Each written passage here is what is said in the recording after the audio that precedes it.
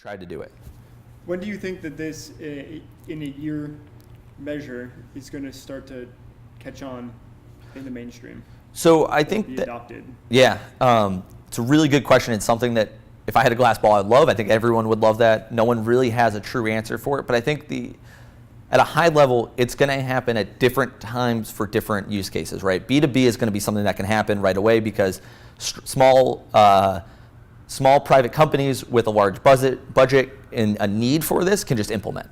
So B2B, I think, is going to happen very soon. B2C, business to consumer, is going to take more time because people don't know about it, they don't trust it, and there's a lot of volatility in the network. So I think we're probably 4 years out from being able to walk into a given coffee shop and purchase a coffee, which I would love to see. Using a cryptocurrency. Using a cryptocurrency, using Bitcoin or one of the other cryptocurrencies. For example, I walked into a taco place the other day and they were cash only, right? And they're cash only because they don't want to deal with the hassle of credit cards, the fees, the recording, etc. So they only accept cash. That's a huge hassle. I can't wait till the day that I can walk in and pay with my phone to them. Do you still carry cash?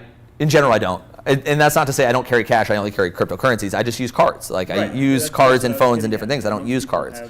Yeah, so I think we're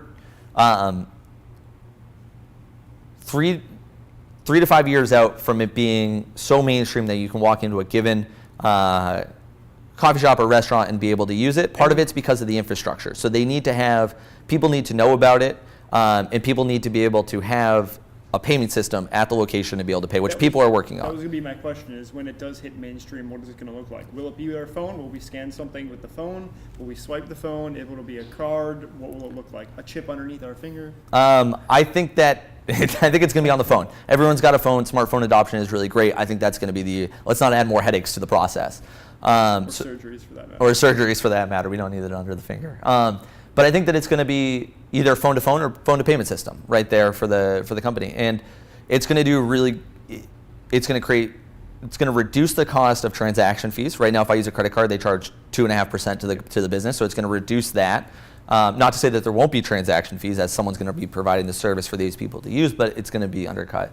And it's going to, one of the really exciting things is when we get to the point where companies are doing that, it's going to create stability for the value of the currency. Because right now it's supply and demand. As more people are using it, it's going to create more supply and demand, so the price will always be closer to where it should be.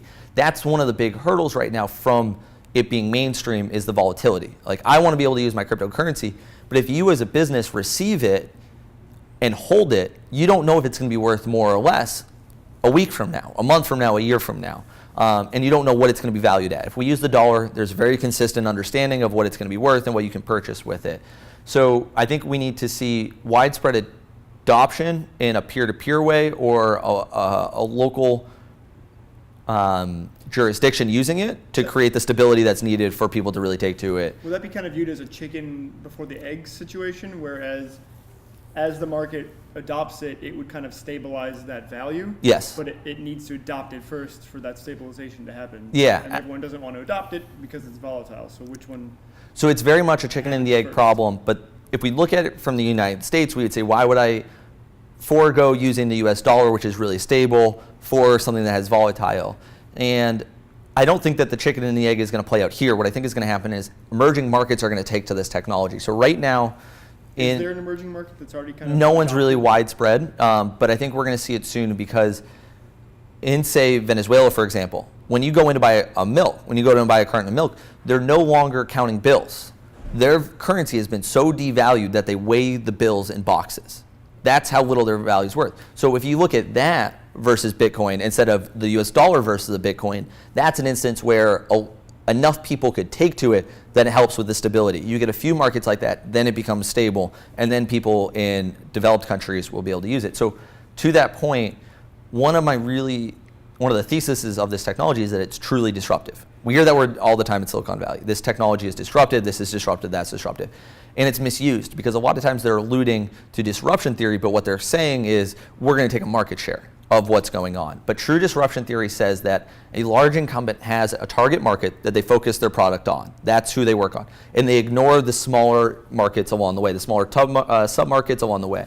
And disruption happens when someone creates a new value or a new product, a new value network or a new product targeted to the long tail, the other ignored target markets, the other markets, and it eats its way through and then eventually provides a better service to the original target market than the incumbent can provide.